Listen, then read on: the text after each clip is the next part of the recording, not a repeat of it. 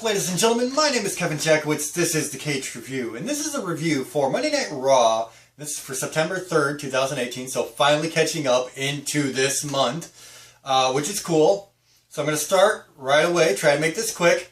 In big, bold letters, italicized, the first thing I wrote is, this show was a fucking mess.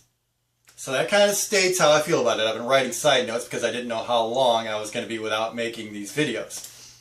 Braun Strowman, Drew McIntyre, Dolph Ziggler start out with the Shield.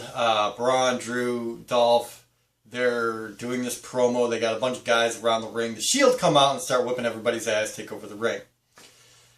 After that, the Riot Squad, Sarah Logan, Liv Morgan versus the Bella Twins, with a fucking introduction for Total Divas as a promo. I'm going to be very clear. I've never liked the Bella Twins. I feel like the only reason they are fucking relevant is because they are cute and they are married to other WWE superstars. They're terrible. The Bella Twins are fucking terrible, and this match exemplifies that. Sarah Logan, there was this kind of suicide dive screw-up. It was very, very obvious. And then it's followed very quickly by a Brie Bella suicide dive screw-up that was really bad. The match, it was discombobulated. It was just not good at all. The Bella Twins, yeah, they're back. And it shows. And they win! They beat two members of the Riot Squad. Of course they do. Then you get a Baron Corbin Finn Balor bit. Not really important. Don't care about this anymore. Charlie Caruso interviews Bobby Roode and Chad Gable after that. Apparently they're establishing a tag team now. Again, this just shows where Bobby Roode is on the roster. They don't care about him. They're shifting him wherever they can. I do like Chad Gable. I think he's amazingly talented. He needs to get more time promo working, though. That's for damn sure. So, Roode and Gable go up against Connor and Victor of the Ascension. The Ascension have done nothing since coming to SmackDown. And Gable is throwing both of them all over the ring, honestly. Bobby Roode and Chad Gable pick up the win, and there you go. There's the start of a new tag team.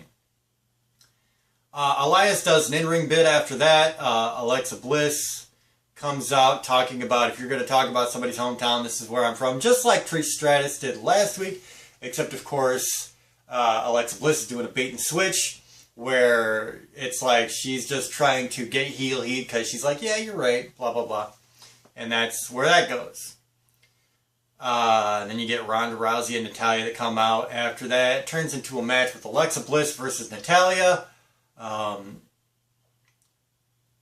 And Alexa Bliss gets the win, and then it turns into a fight with Ronda Rousey, Alexa Bliss, Alicia Fox, and they're kind of going round and round, and of course at the end, Ronda Rousey gets out of it, hits Alexa Bliss a couple of times, hip tosses Alicia Fox a couple times, and there you go. After that, you have Baron Corbin, Braun Strowman, Drew McIntyre, Dolph Ziggler. They're all doing a bit, and I want to say that this is where they were like trying to get matches out of Baron Corbin. So that's what happens. Then Charlie interviews the Revival. I didn't give a shit about this and still don't. Then the B team go up against Dolph Ziggler and Drew McIntyre. Drew McIntyre gave Dolph Ziggler and Drew McIntyre this spot because they attacked the Revival during the Charlie interview.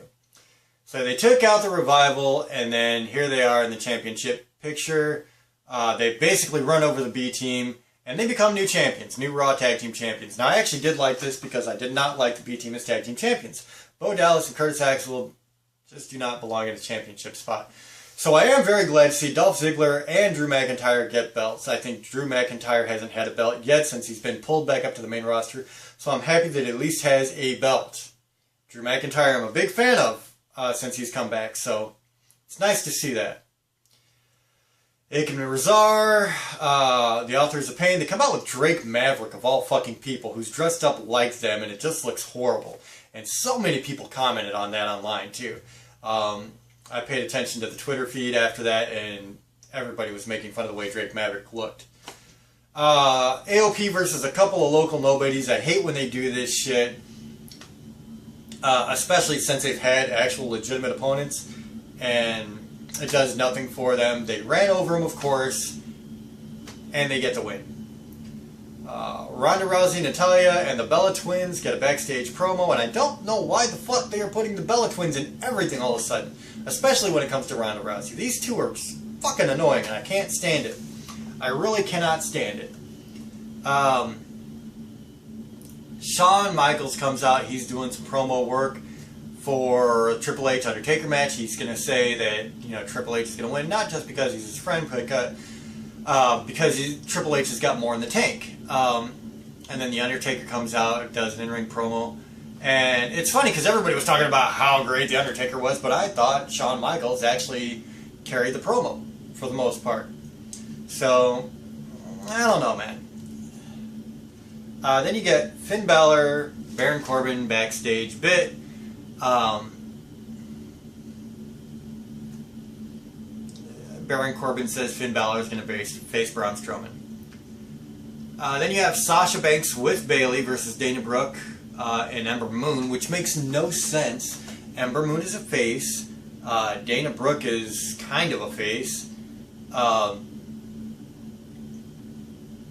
And what really gets me about this is they fucked up the intro completely. They introduced Sasha Banks. Sasha Banks music hits. Now it's a tag team match. There was no Bayley intro whatsoever. They're like, this is Sasha Banks versus Dana Brooke. But then Ember Moon comes out and they introduce Dana Brooke and Ember Moon, and then you're like, oh, it's a tag team match. So they completely fucked that up. During the match, Titus and Apollo were both kind of ragging on Dana Brooke to do this, do that. Sasha Banks and Bayley win. Dana Brooke then leaves Titus worldwide. I don't know. Not really important to me because I was never a big fan of Titus Worldwide. So then Charlie interviews Bobby Lashley backstage. Cringeworthy bit. What can you say? Jinder Mahal and Bobby Lashley have this weird in-ring meditation bit. Kind of like they did with Dean Ambrose. Except it was actually in the ring and it was like this big drawn-out meditation thing. And Bobby Lashley, I thought he was going to attack Jinder Mahal, but of course Kevin Owens comes out of nowhere and attacks Bobby Lashley. Does the apron powerbomb thing. Makes Kevin Owens look strong. But, like I said, when he quit, I kind of knew that he was coming back and yada, yada, yada.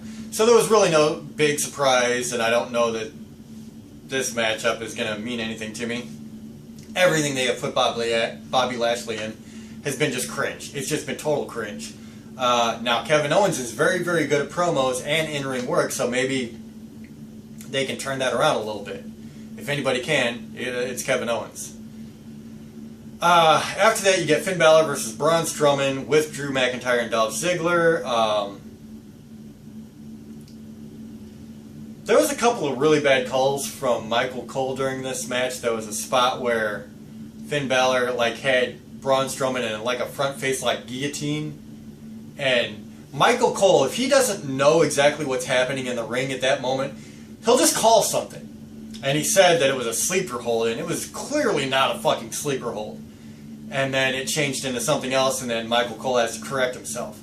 It's one thing that Michael Cole does when he's very limited sometimes with moves, and he's pretty good at what he does, but he's a company man. And he does fuck up sometimes like that.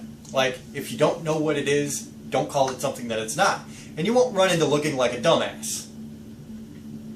Braun Strowman gets the win, of course, and the Shield come out, and the brawl ensues. You have the Shield versus what Braun Strowman called the Hammer, which I really kind of wish they would have went with. Braun Strowman, Dolph Ziggler, and Drew McIntyre. And the latter get the upper hand, of course, and that's kind of how they leave the show.